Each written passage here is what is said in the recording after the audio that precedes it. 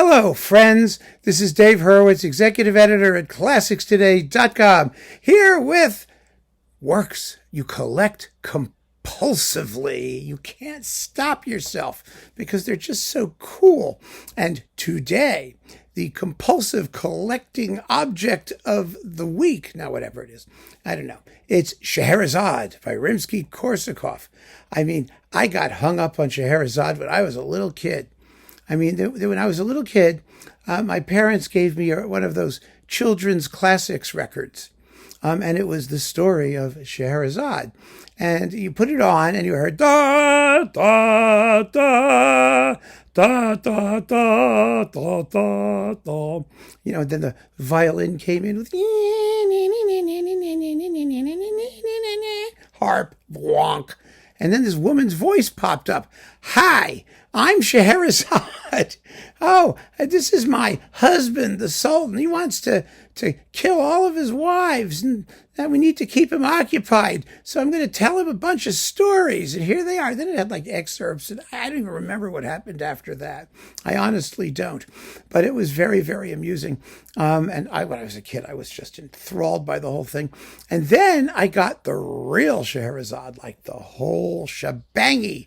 And that was so much better than having this person interrupting the music. I always loved abstract orchestral music, even if it was programmatic, even if it had a title. I didn't know what the titles meant. The story of the Calendar Prince, the Young Prince and the Young Princess, the Festival at Baghdad. I was 7 or something, or 6 or 5. It made no sense to me. What I knew was that the music was like, wow, yes, baby, gorgeous. And it had these wonderful tunes, and the wonderful tunes kept coming back, so you got to hear them again. Oh, it was fabulous. The really interesting thing about Scheherazade, I think, as a collector's item, is that usually, we tend to collect works in large forms that have a lot of what you might call developmental depth. In other words, they benefit from hearing different interpretive approaches because that creates shades of expressive meaning. Scheherazade isn't like that at all. Scheherazade is entirely surface. It has no depth, and I love that. And I mean that in the best possible way, because the surface is gorgeous and glittering, and the tunes are fabulous, and you want to listen to them 150 times. And Rimsky-Korsakov himself said he wasn't interested in symphonic development. That's why he called it a symphonic suite and not a symphony. He said he wanted to simply explore ways that you could vary the themes through ornamentation and instrumental color. And he did it. He did it. There's something wonderful about music that is totally honest, that does exactly what it says it's going to. And Scheherazade is one of those pieces. But I have to confess, I've always been a Rimsky-Korsakov sucker. I really am. I've always collected Rimsky. I think his other works, the Capriccio Espagnole, the Russian Easter Overture, Antar especially. Some of those may show up in this series as well, because I obsess over them. I really do. And I obsess over them for the simple reason that yes, they are susceptible to remarkable variations in color and timbre and whatnot, depending on how they're played. And so, yeah, Scheherazade is like one of my ultimate collector's items. And here are 5. And again, these are not the 5 best. Well, I think they are. They probably are. But what I mean is these are the 5 that I turn to when I want to hear Scheherazade. At the moment, that list may always change because God knows I have 400 versions of Scheherazade. But let's start at the beginning. I don't have all of them here because I had a plumbing calamity and in one of my bathrooms, and we had to break through the wall in my office, which meant I had to unload one of my shelves. So I've got bins of stuff over there and bins of stuff in the guest room, and now I have to put it all back because they fixed my shower and it's no longer leaking through the wall. I've got plumbing things are such a horror show, aren't they? Really, it's just ugh. But they fixed it, and we've caught it in time before we had a disaster. So that's good.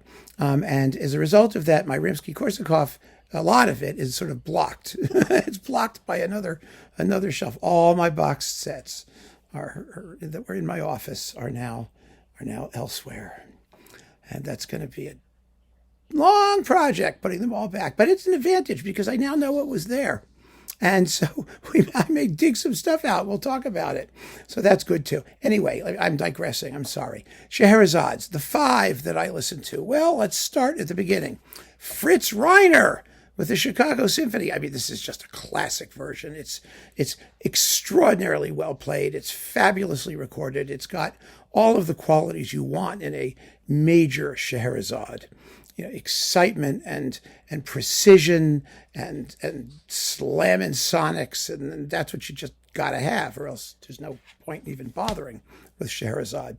Then we've got, let me see, what's the next one? Oh, this one is really a sleeper, but I adore it. It's Ansermet, but not with the Orchestra de la Suisse Romande. This one is with the Paris Conservatory Orchestra. It was like one of the earliest ever stereo recordings that Decca made. I don't know, maybe the first one. It was from like 1955.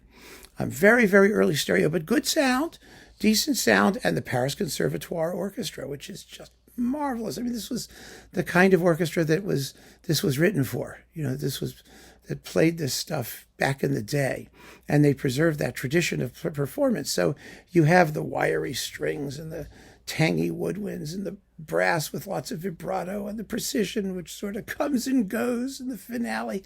The triple tonguing brass. Well, sometimes they get it, sometimes they don't, but it doesn't matter. It's a wonderful interpretation too. I mean, Ansermet was a Scheherazade guy as well, and he recorded it multiple times, but this is the one that I think is really special for those amazing timbral qualities, which you should be looking for in a variety of Scheherazades. So there's that one. Then we've got the London Symphony Orchestra with Igor Markevitch on Decca. Now that's in the Markevitch box, and it's over there, and I just didn't feel like getting up and getting it. And it's also behind the shelf that's taken apart, but that's also fabulous because Markevitch is one of those, well, he was a composer, and he conducted everything with this razor-sharp clarity and unsentimental, but always musically appropriate sort of idiom. I mean, he just really knew what he was doing. And this kind of music, he just nailed. He always nailed it. He did that wonderful Coq d'Or suite, I think it was, yes, on Deutsche Grammophon with the Lamoureux Orchestra. Really first rate. I wish he had done the Scheherazade with the Lamoureux instead of the London Symphony, but they play very well for him. It's from the same period as his amazing Tchaikovsky symphony cycle and things like that. So it's there. It's absolutely terrific. So there's that one. And then we have, let's see, oh yes, of course, Kirill Kondrashin with the Concertgebouw. I mean, one of the great orchestras in the universe with one of the most amazing woodwind sections. Oh, God, the woodwind soloists here are just to die for. All it needs is a better tam-tam crash because the Concertgebouw had this sort of negative space tam-tam. I mean, I've seen it. I saw how it worked, when Haitink was on tour with them. It's this huge thing, and you hit it, and nothing happens. I don't know what it was for, but that's okay. I mean, they have better ones now. But in any case, this is dynamite Scheherazade. And what's more, it's all what you get. Let's see, Kirill Kondrashin doing. This is Scheherazade, not Markevitch. What am I talking about? I'm getting totally confused. That was Markevitch. No, Markevitch was over there. Here is Kirill Kondrashin with the Concertgebouw, which is amazing. But you get Markevitch here doing the Capriccio Espagnol and the Russian Easter Overture, which are unbelievably great. And this is one of the great Rimsky-Korsakov records in the history of humanity. You just put it on, let the whole thing go. It's the 3 major late orchestral works, all on one disc in fabulous performances. But Kondrashin too. I mean, it's Russian. It's Russian music, and his Concertgebouw career was wonderful, although it only lasted a couple of years because he died immediately afterwards. After he defected, he left, the Soviet Union, and it's such a pity. But the things he did do, the New World Symphony and this, and then there was that whole bunch of broadcast recordings that got released. There was some really great stuff there. So, yes, the Kondrashin Scheherazade. I don't know how I went off track there, but that's okay. It's because it was a mixture of Kondrashin and Markevitch. That's some mixture. It's fabulous. And then Last but not least, Stokowski.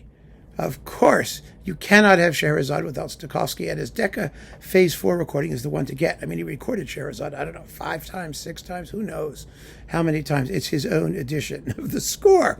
He adds a xylophone, he adds extra tam-tam shots, he throws in all kinds of extra doodads and rescorings and bits of stuff, and it's crazy, but the whole point, as I said before, of Scheherazade is that timbral variety. I mean, when he does it to Beethoven's Fifth, it's a little bit more iffy.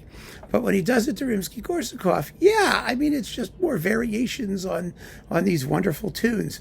And the performance has such conviction, and it's one of those multi-mic'd to the hilt, Phase 4 recordings. It's so many microphones and inputs coming in at the same time that sometimes it distorts or little or overloads. It's all part of the fun.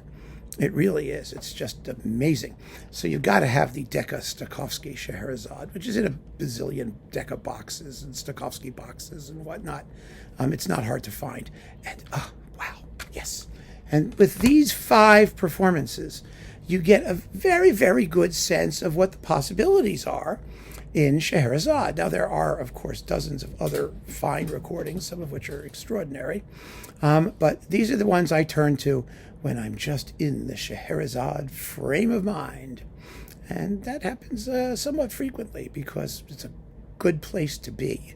So keep on listening, friends. Thanks for joining me. Take care.